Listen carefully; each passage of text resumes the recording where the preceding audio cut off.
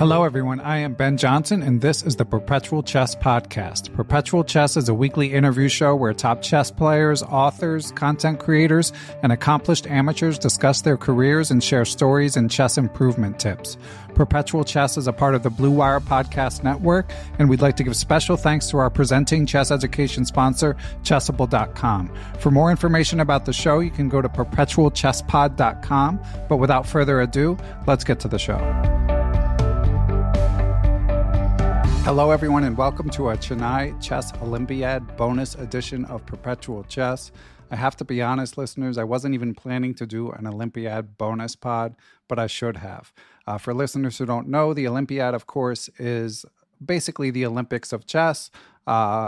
Every country that can sends a team.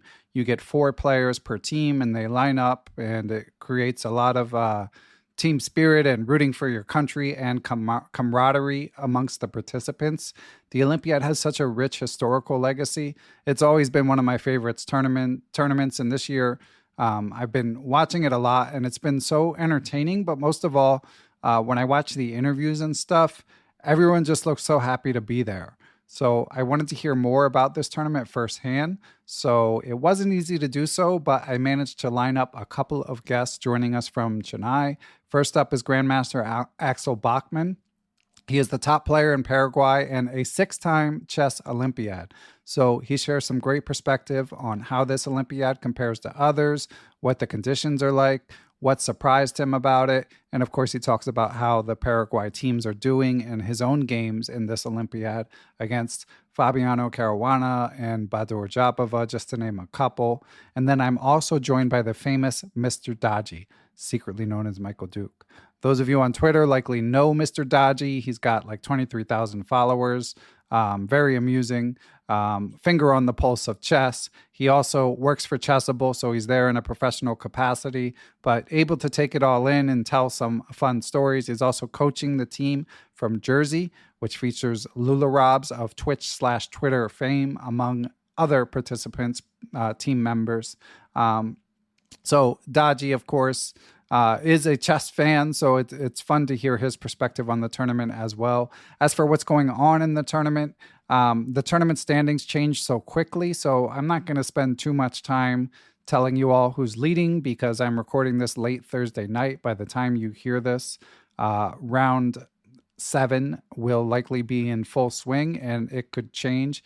So we'll have plenty of time to reflect on the results when the whirlwind of this event is over. And of course, some of you may even listen days or weeks later. But I do want to remark on the obviously great organization of the tournament that the players speak of.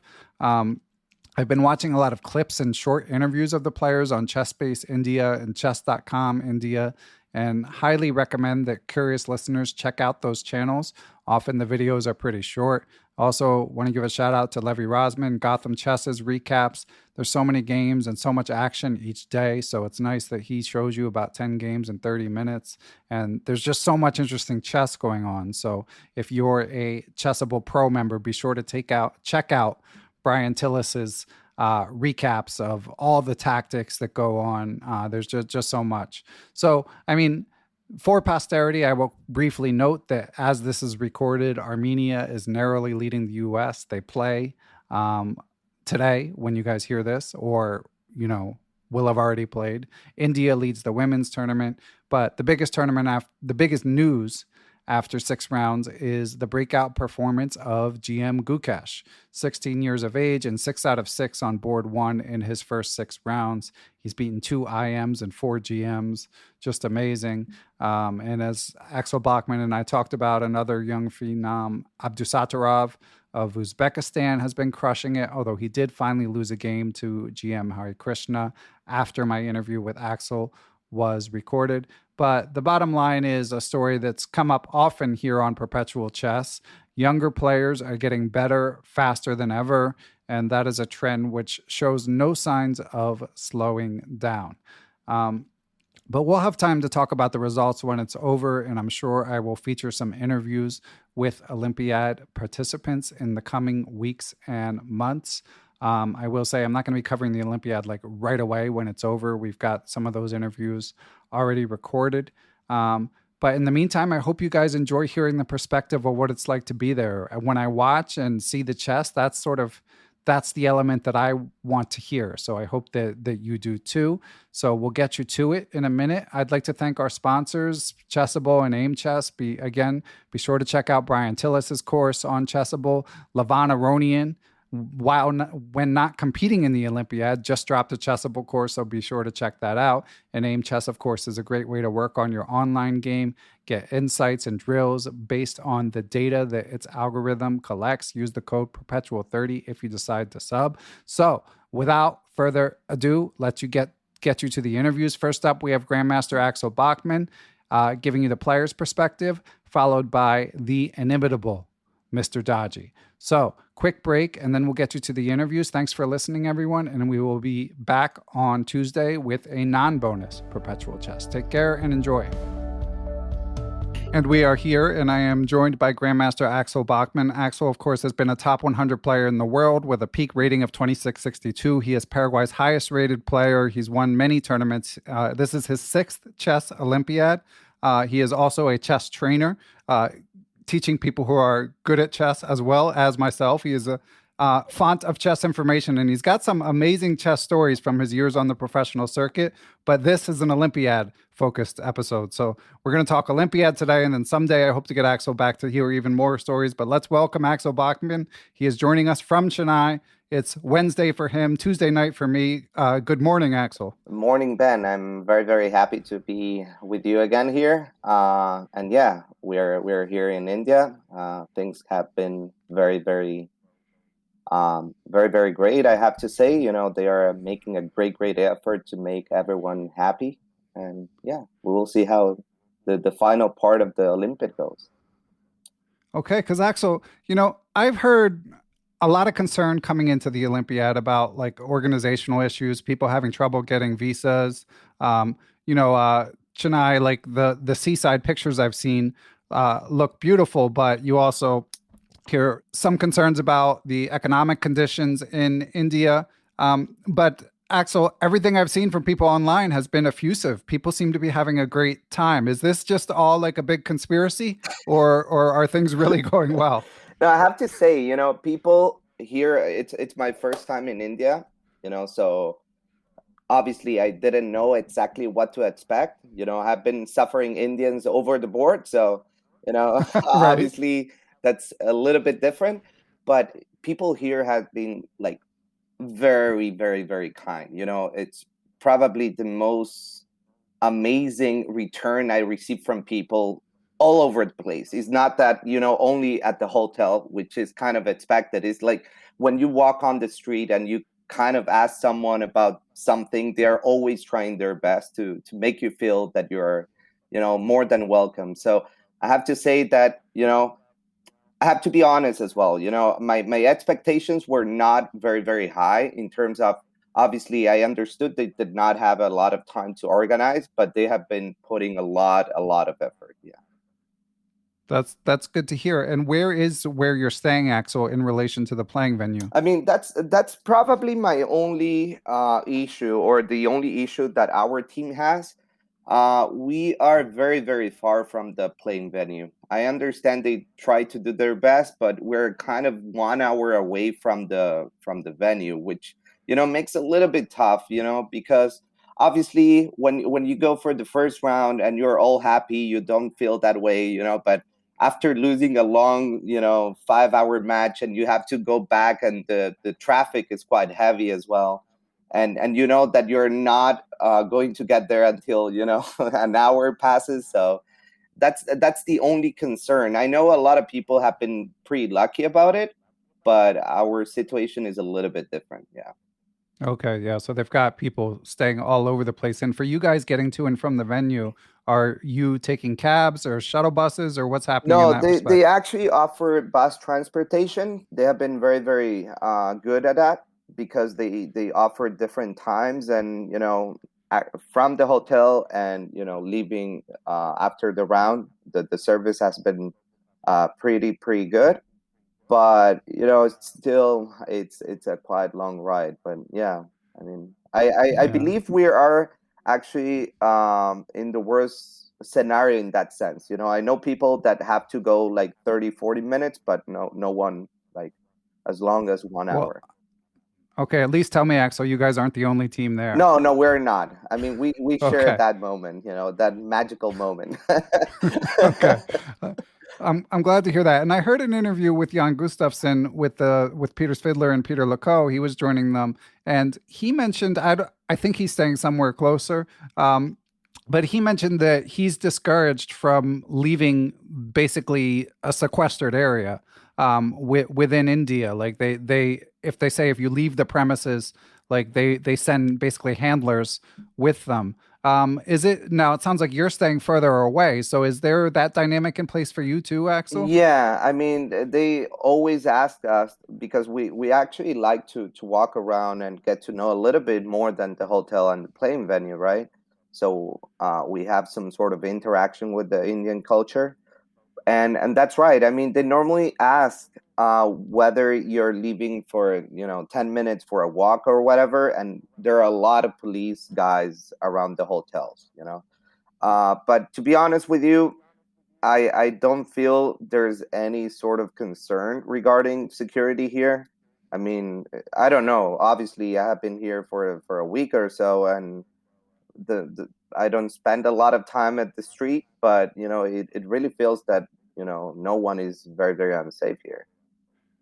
Yeah, I mean, my I've never been to India either, but my guess would be maybe there could be like petty crime, like Yeah, pickpocket sort of that's stuff. right. I But mean, people here seem to be very, very peaceful. No yeah, guns, no knives. I guess there might be, but it doesn't feel. I have been to a lot of places, and I have to say that this is very, very calm.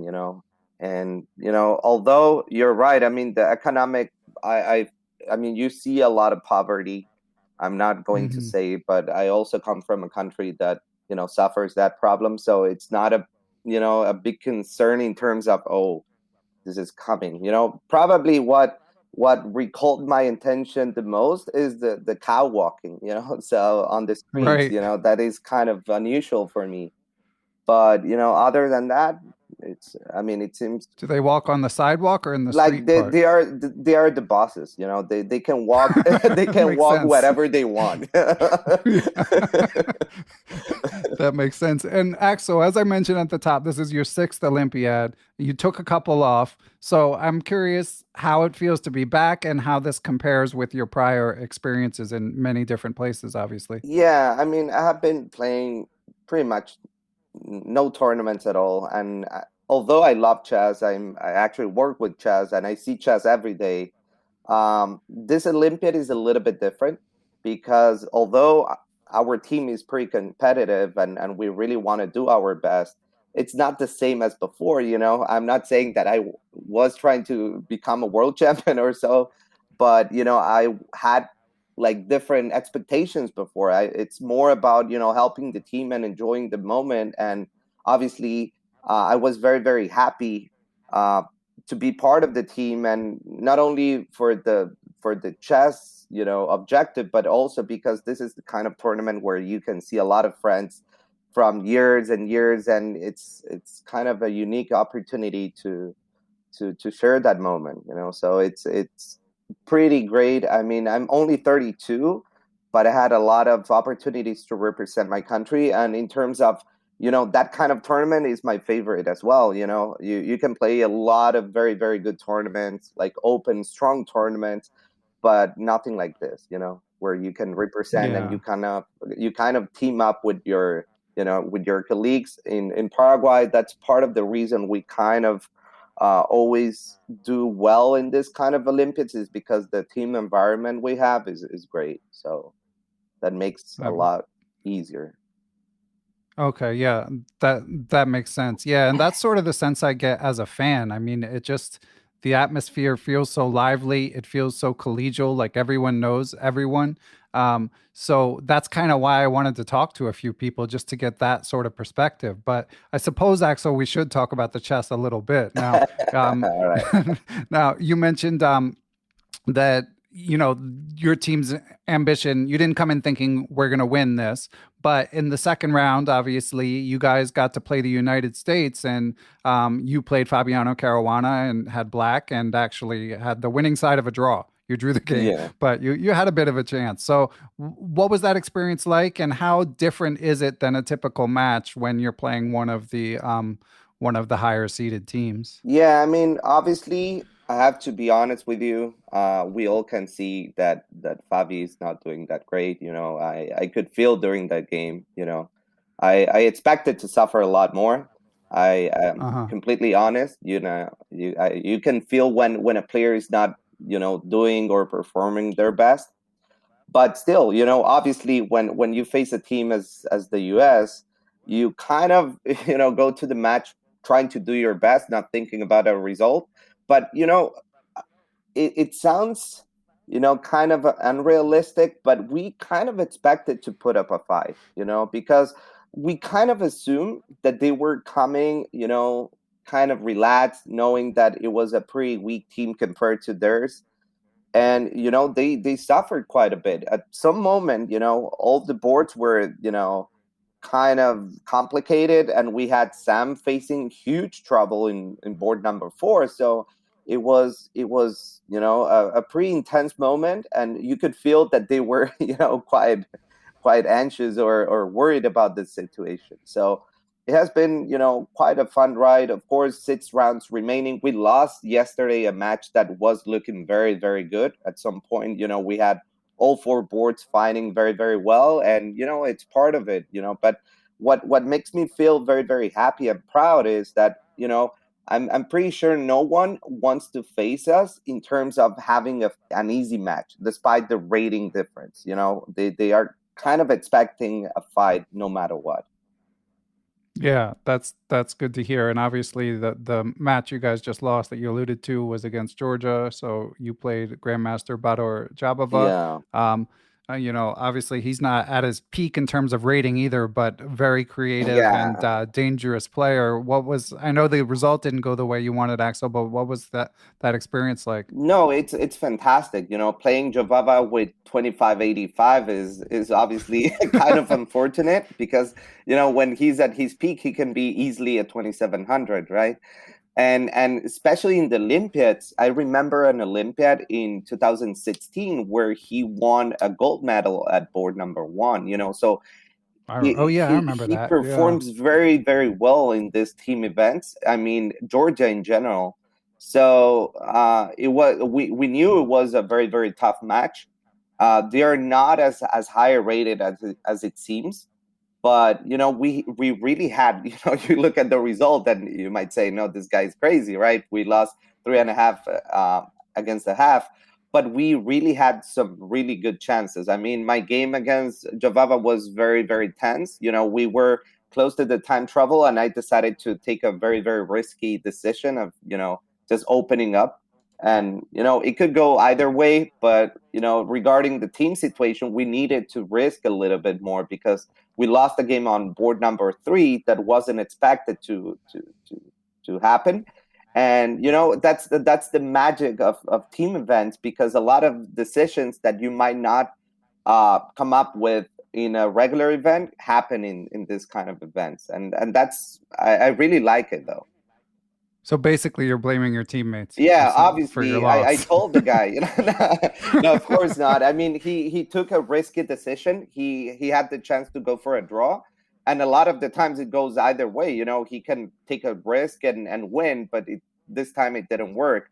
I mean, to be honest with you, I would have, I if I were him, I would probably do the same. So, I mean, that's Yeah. that's also part of it. That kind of situations can create some sort of problem a lot of the times.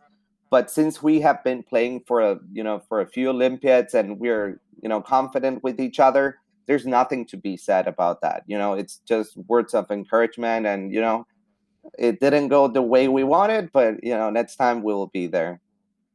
Yeah, that's a great attitude. And anyone here in the U.S. who has played in the amateur team events, or anyone in Europe who's played in any sort of league.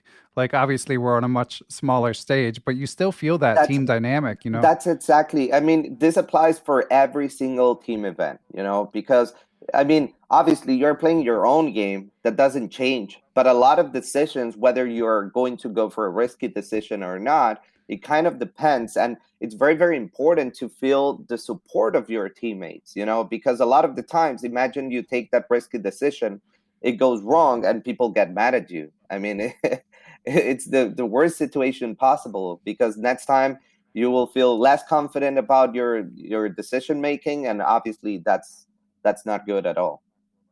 Yeah, that makes sense. And Axel, as we record this, it's after round five. And, for us fans looking from the outside, I'd say the two biggest stories to my mind are both more individual than team, although the teams are doing just as well, too. They are young phenoms Gukesh and Abdusattorov, both 5-0. I'm curious. I know that normally, in addition to obviously being top 100 player and great trainer, you're a chess fan. You're always keeping track of what's happening. You're always playing through games, as you wrote about in the intro to Chess Structure.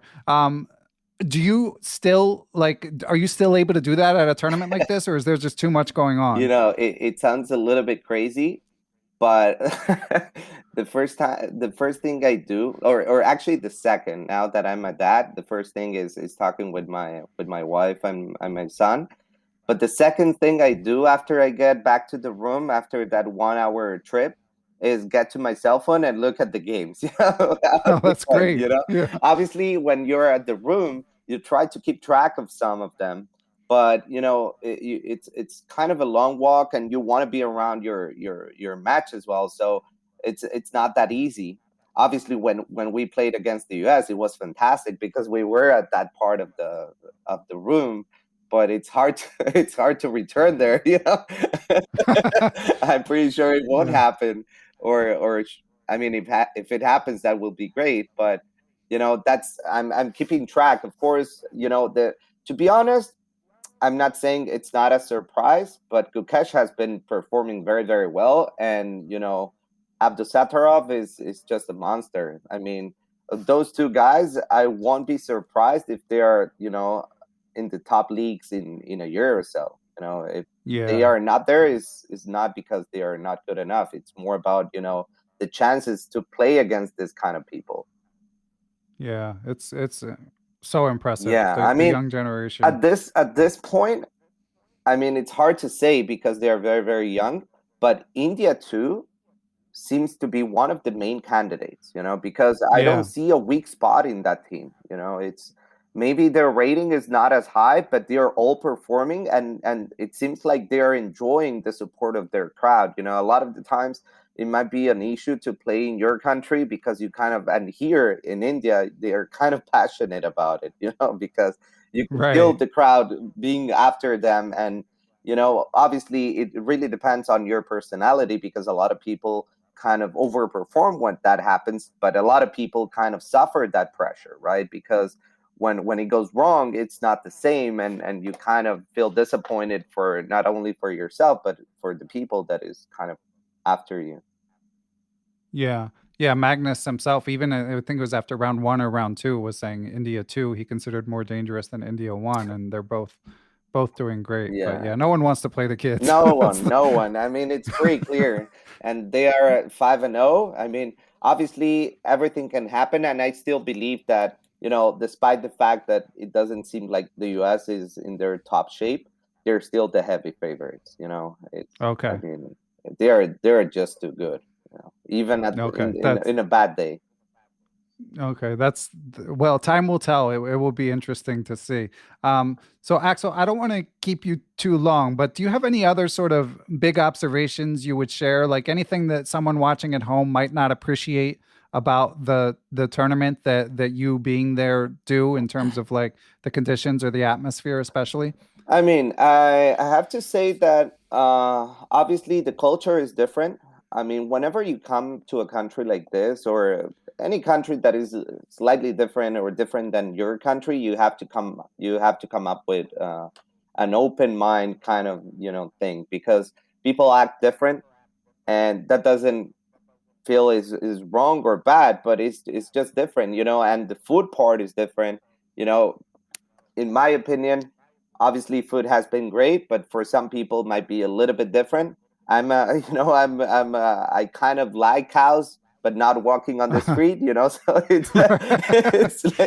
it's like a different thing. But still, they are making their best effort to make you feel that you feel welcome, and that every single desire you have will be fulfilled. Obviously, there are always things to improve, but the fact that they only had a few months to organize all this makes things even more amazing, because obviously if you organize this kind of event, and if you ask me if they organized and took 2 years to do this, it would still be a good one. Obviously the only Wow. thing that I would improve is the distance that we have to go through to the playing venue, because 1 hour, it doesn't feel that much, but whenever it's a very, very tense moment before the game, and it's hard, because it's 1 hour going, 1 hour coming back, and some people are 5 minutes away, so Yeah. it's not the most how to say is Equitable. yeah, it's not so fair, if someone can walk to Yeah. the playing venue and someone has to go for a 1 hour drive. It's a little bit different, but obviously I kind of understand that, and there, and it's good that you always have some space for improvement. I mean, it's not perfect, but things have been going very, very great, and I really appreciate the effort of every single Indian, every single person behind the organization. FIDE has been doing quite great, and when there are things to complain about, we always do, but when things are done correctly, we have to say also. Yeah. Shout out to FIDE and the organizers. Yeah, Well said. And Axel, I'm sorry, I did think of one more question I for wanted to sure, for ask you. sure. Like when I was checking your pairing and saw that you played Georgia, um, obviously I've been rooting for you. I was curious, when do you know, when, if ever, do you know like what individual you'll play? Is there like, do you have to post a lineup at a certain Yeah, point, I or do you mean, just show up and see who you no, play? no, no. It's you have team captains, right? Every single Right. team has one. And normally what happens is about the pairing in the night after the round, around 10 p.m. or so. So the country then, right? 10 a.m. in the morning, rounds here start at 3 p.m., right? 10 Uh-huh. a.m. in the morning, pairings are up with the team components. And that Okay. being said, the captains have to send between 10 p.m. and 10 a.m. The lineup. If they don't send it, that is taken as the regular team plays, the first four boards. So Okay. you have, you probably kind of imagine, because a lot of the times, once you look at how the team is performing and you see if someone loses, you kind of assume that guy is resting, right? Or for instance, in my case, whenever you're playing on the first board, it's a lot easier because I know Jovava is never resting, right? So, Right. and you kind of assume, for instance, when we played the US, I knew Fabi didn't play the first round, so it was kind of natural to see him playing on the second round, and also Levon drew his game, so it's kind of natural for him to drop out of the team and come back later on, so it's Right. you kind of assume. Of course, a lot of the times it might be I mean, it might change a little bit, but in general, you already prepare a little bit, and obviously you do the concrete preparation after 10 a.m. for sure. Okay. And then are you working with your team as well with the prep? Yeah, I mean, we normally discuss a little bit the team strategy the most. Obviously, everyone knows that, if I need some help, I ask someone, or if someone else needs some help. And we also have the ladies with us with, and the female team of Paraguay have been doing very, very well. They have been doing great, great, great, even like a lot better than us. So Wow, uh, that's we awesome. are very, very happy, and it's a very, very young team. So we kind of try to support each other. Of course, during the night we normally talk about a little bit about the strategy. It's not like you play for a draw or so, but we kind of analyze whether they're performing their best or if there's any like weak spot in terms of not having a good tournament. So we kind of focus more on that rather than specific preparation, because it's hard to I would say that obviously there are always suggestions or recommendations, but although we are friends, we still kind of compete with each other all the time. So it makes it a little bit difficult to take part of his preparation or so. You know what I mean? So Yeah. although I want to help them out, and I know they want to help me out, it's more about a psychological support rather than a tactical support, to put it in Gotcha. sort of a way. Okay. Well, Axel, already just from talking to you, I feel like there's so many little nuances that I have better appreciation for, both from the sort of preparation angle and the like what it's actually like to be there angle. So I know I know it's early there and you got more important things to do, but thanks a lot for hopping on. Really appreciate it. No, thank you, Ben. Thank you for having me, and of course, feel free to get in touch if you need any sort of very very important news from Chennai here. Excellent. All right. There you have it. Good luck, Axel, and good luck to Team Paraguay, men and women. Thank you. Thank you. And we are here with an internet celebrity, folks. He has some 23,000 Twitter followers. So those of you on Chess Twitter know well who Mr. Dodgy is. For those of you who don't, in real life, he's secretly known as Michael Duke. He works for Chessable. He's a strong player, often rated around 2,400 blitz online.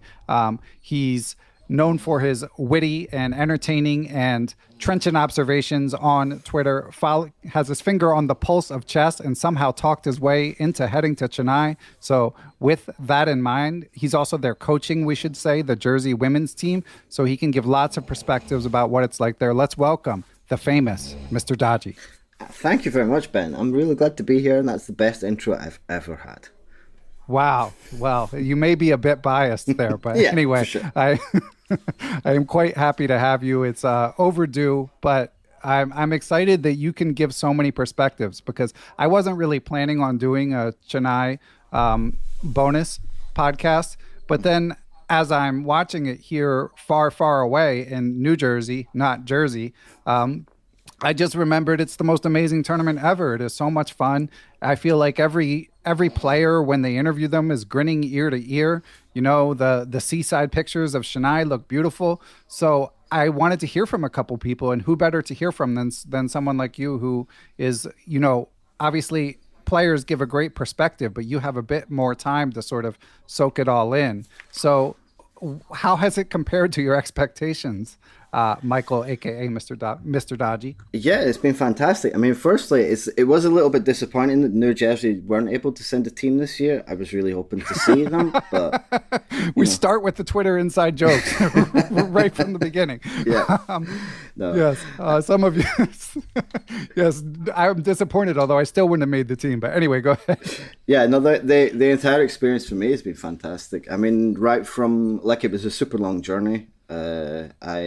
I mean, my own journey was longer because I had to pick up a visa after the first flight, which was, pretty exciting. So I got my visa with about 4 hours to spare. I was flying my total journey to get here was just under 24 hours. And then, wow. But I arrived at like 9 a.m. So I didn't want to sleep that day. So I just stayed up until nighttime. And then, once I'd done that, I was like synced up. There was no jet lag. But right from when we landed in the airport here, it was just fantastic. There was almost as many passport checks for chess players as there was for everyone else combined. They were just zooming all of the chess players through all the passport checks, all the visa checks, all the security checks to get out of the airport. There was tons of volunteers waiting around. And then the drive from Chennai airport to where the venue is, where we stayed at the beginning, the entire length of that, it's mostly highway of about 50 kilometers, and the entire highway on and off is covered with chess artwork. It's amazing. You've probably seen pictures of it, but you can't imagine how long that goes on for. A whole 50 kilometers of every few hundred meters or so, there's another piece of chess artwork. It's just incredible. That's incredible. And is it true that there was a separate line for chess players coming through customs? Yeah, there was 5. or 4 or 5. I don't know exactly, but yeah, they were just like dragging all of the chess players out of the queue and like, no, you don't have to wait too long. So that was That's it was incredible. good. Yeah, and I heard that it's not actually in Chennai, the city. It's like basically outside of the city. Is that right? Yeah, there's a small kind of beach resort, beach town place, about 50 kilometers from Chennai, and that's where the actual playing venue is. Most of the hotels are around in this surrounding area of about a 10 to 15 minute drive, but some of the players are actually staying in Chennai. So it's a pretty long drive every day. Like they're having to travel for up to an hour to get to the playing venue, Yeah. which is kind Yeah, of listeners will have already heard an interview with Grandmaster Axel Bachmann, and he's one of the unchosen ones who, yeah, he was um, very positive about the organization overall, but yeah, he has a long bus ride for each round. yeah. And I mean, after the rounds, the buses are going pretty regularly. Like people are not having to wait around too long, but it's a lot of travel time. And the other unfortunate side is that like people, it's much harder to socialize because those hotels are like super far away from anyone else, so they're not seeing too many people. And there's a lot of kind of local police keeping an eye on everybody, and they've been quite reluctant for people to actually leave the hotels. I know Jan Gustafsson he's tried twice, I think, to escape from the hotel, and they're like, no, not safe enough for you. That's funny. Yeah, because I had caught Jan's interview on Chess 24 where he mentioned at least one of those failed escape attempts. So when I asked Axel Bachmann about it, he was saying like since he's out farther away, there he and the Paraguay team are able to escape. And what about you? I understand, Dodgy, that you've been at a few different hotels already. Yeah, I'm with the Chessable team, so we are not so restricted by the FIDE rules of which hotel to stay at. So for the first couple of nights, we stayed actually at the venue before the tournament began, and then obviously that was fully booked up for mostly delegates. I don't think there's any players at the venue. So we moved to another beach resort just about 10 minutes away from the venue, and that was a nice little spot, but the Wi-Fi was just really, really bad. And we're an online company, we work remotely mostly at Chessable, so it was impossible for us to work.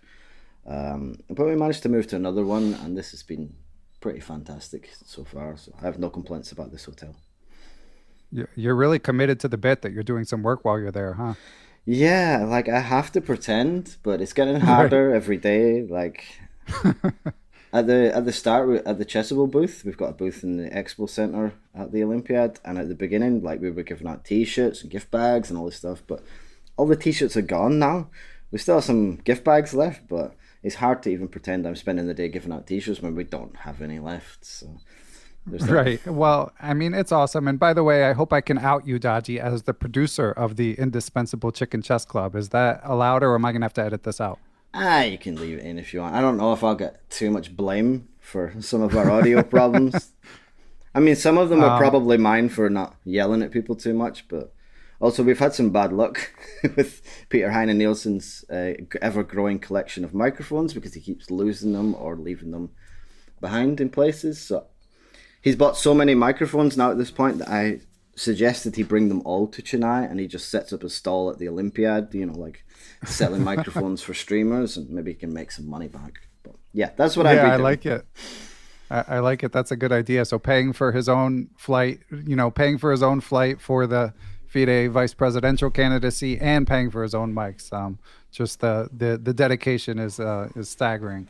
Um, but bringing it back to the Olympiad. Now, what I was getting at with the Chicken Chess Club is obviously you in a work capacity get to talk to a lot of strong players. You know Jan and Peter and Laurent quite well, and obviously Peter's fiddler. You've been in his chat for years.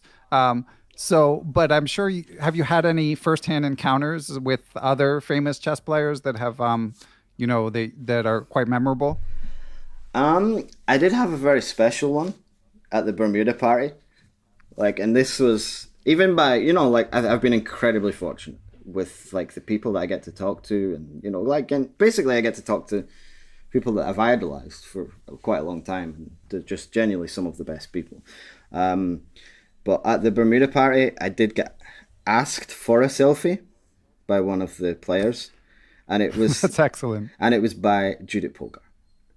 Wow. So, that is amazing. So yeah, her asking me for a selfie that's a highlight for me.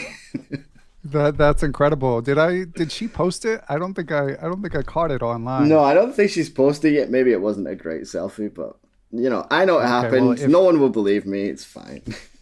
If it finds the light of day, we're putting it on the Perpetual Chess webpage for this episode. So yeah, that's amazing.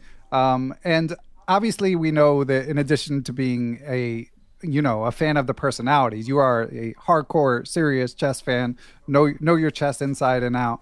And I asked Axel, because Axel is actually a serious chess fan as well, in addition to being a grandmaster. Like, is he able to follow what's going on? And I'm also curious with you, are you following, there's this guy, Gukesh, who's won a few games that a lot of people are talking about.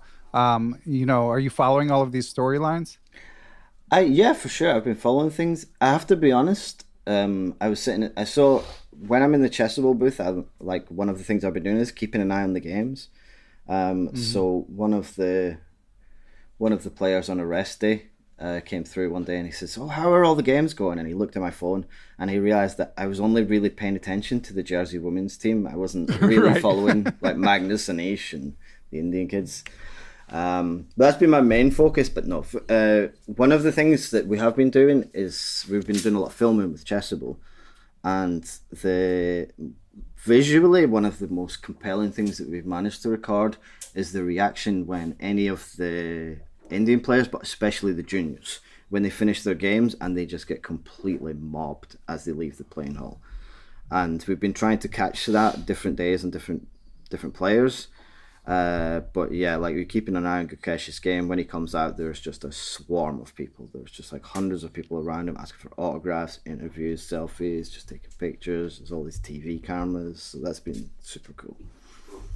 That's amazing. So do you feel like the chess fandom culture is different in India than in other countries? It's definitely different from where I live. From Sweden? Okay, yeah. We can check that off. Yeah, I mean, I've been asked for so many selfies here and so many, I've sent so many boards. Okay, but you're Mr. Dodgy. Yeah, but I don't get that in Sweden. That's true. Although, do you wear the Dodgy superhero outfit when you go to the grocery store in Sweden? For listeners, he's got like, I have a Mr. Dodgy t-shirt. Those are known to be like available, but like the Mr. Dodgy belt pouch is amazing. I got to get one. Yeah, they were fun getting everything made, but no, I don't wear that at home, so maybe I should, but I do feel like this kind of reaction wouldn't happen anywhere else. Like, I think the Candidates was really big in Madrid, but I don't think it was on the scale of this. Like, they're still getting thousands of spectators coming to the venue every day, and the reality is, like, we're kind of in the middle of the tournament now. So, like, it's not a life or death situation. We're kind of there's usually a bit of a lull in the middle of tournaments in terms of excitement because, everyone's excited at the start, everything kicks off, and then at the end, we find out who wins. But this should be the quiet spot, and so far it's really been not. There's been tons of visitors every day, and I think it'll be incredibly busy for the last couple of days, and they might have to start sneaking players in through different entrances because it's going to be hard for them to get into the playing hall. Yeah, I mean, I've watched a few like Chessbase India, like they just post these like 1-minute videos of like Magnus before the game, stuff like that. And yeah, it's amazing to see sort of how many cameras are trained on the players. And they had another cool video of a drone of the playing hall. Now, apparently you would be able to say this better than I, but there's like a small playing hall for the top boards and then a massive one for everyone else. Is that right? Yeah, that's right. So I think roughly the top 25 or 27 or 8 matches are in the top playing hall number 1, and then the rest of them are in playing hall number 2. So it's definitely bigger in playing hall number 2, but I noticed that playing hall number 2 has a lot more entrances. So like getting into that one is less hassle. The players don't have to queue. Hopefully it's not too hard for chess players to sneak in their pocket phones so that if they reach a tough position, they can check the engine. Yeah, well, to be honest, it was a little bit lax for the first day or maybe 2 days. I think I don't think there was any specific incidents, but I think things could have been a bit stricter, and but then they did like tighten things up immensely. Okay, good. They're Yeah, not letting people glad. in with phones like an hour before the game now. Okay, that's Just in case like they hide a phone, I guess. yeah. That's Wow, that's clever. Yeah, like uh, um. Sorry, yeah. spending minutes thinking of like a mob movie where they hide a gun in the bathroom. It might have Yeah, actually. that's Um, the Godfather, isn't it? this is the Godfather. Yeah. Okay, yeah, yeah. We're so yeah. Hide the phone in the bathroom. Rousis slash Godfather style. Yeah. Anyway, Yeah. that wasn't worth the 30-second pause. But so Dodgy, we got to get to the big story. Longtime chess fans will know that the Bermuda party in the Olympiad is the stuff of legend.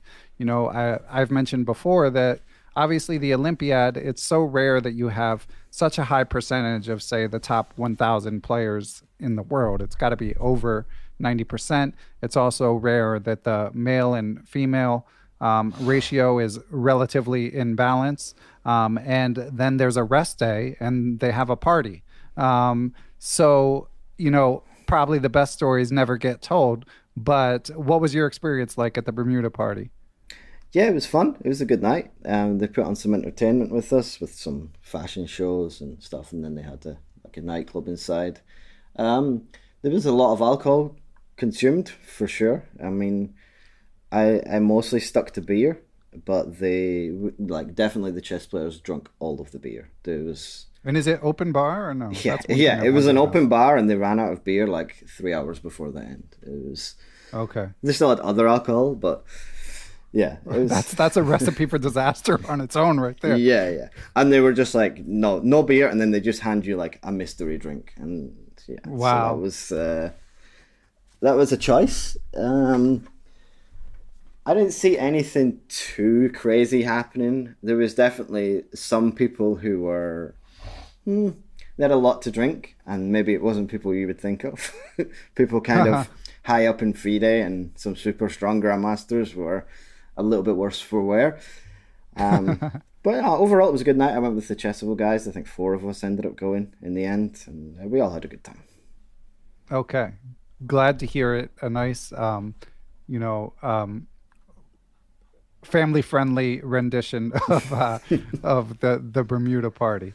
And last thing, you did allude to being the coach of the Jersey team. Shout out to Tallulah Roberts. She was actually going to be a third segment on this podcast, but she's got to play, and they've had some issues with I mean, nothing too serious, but had some scheduling issues. So I'm going to interview her later. But what is the experience like? And for listeners who don't know, that's Lula Robs on Twitch and Twitter. She's built a huge online following, and amazing that she's already in the Olimpiad. She's been playing chess for less than 2 years. So shout out to Lula. But what's the coaching experience like, Mr. Dodgy? The coaching experience for me has been fantastic. I don't know if the girls would say the same thing, but they seem pretty happy so far. So we worked together for about 6 weeks before the Olympiad. And from kind of Chessable's point of view, we thought this is the first time Jersey have ever been able to send a women's team, because it's quite a small place. They don't have a lot of people. So they managed to put together a women's team for the first time. And from our point of view, we just thought this is a really nice story. Like them getting to send their team for the first time, and we wanted to help them as much as possible. We want, help them to put in a good performance. So I did about 6 weeks of coaching with them. We did like about roughly 3 hours a week, and then I played training games with them on top of that. And we gave them a bunch of Chessable courses, so they were going through like the art of the attack, 100 endgames you must know, and some opening courses which I won't reveal yet in case their opponents can prepare. But they did a lot. So they're big fans of Simon Williams, put it that way. So Aren't we all? yeah. So getting here has been coaching them in Chennai was a bit more of a challenge, because it's about a 1 hour drive from me to them, and then we have to go an hour back to the venue. So the first couple of days it was hard for me to get there, but then since then I think I've only missed one day.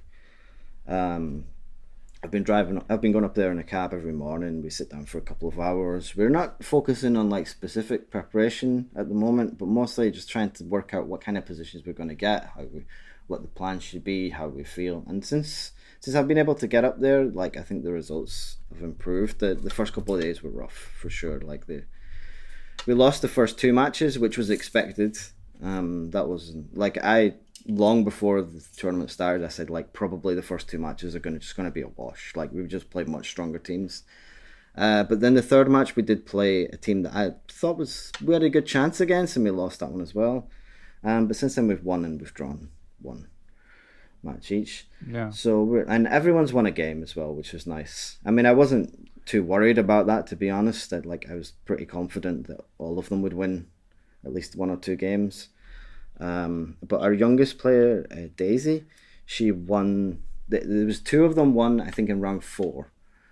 Daisy and Rachel, but Daisy managed to finish first. So she's only 14 years old, and she'll forever have the record of being the first woman to win an Olympiad game for Jersey. So that was pretty cool. Yeah, that's awesome.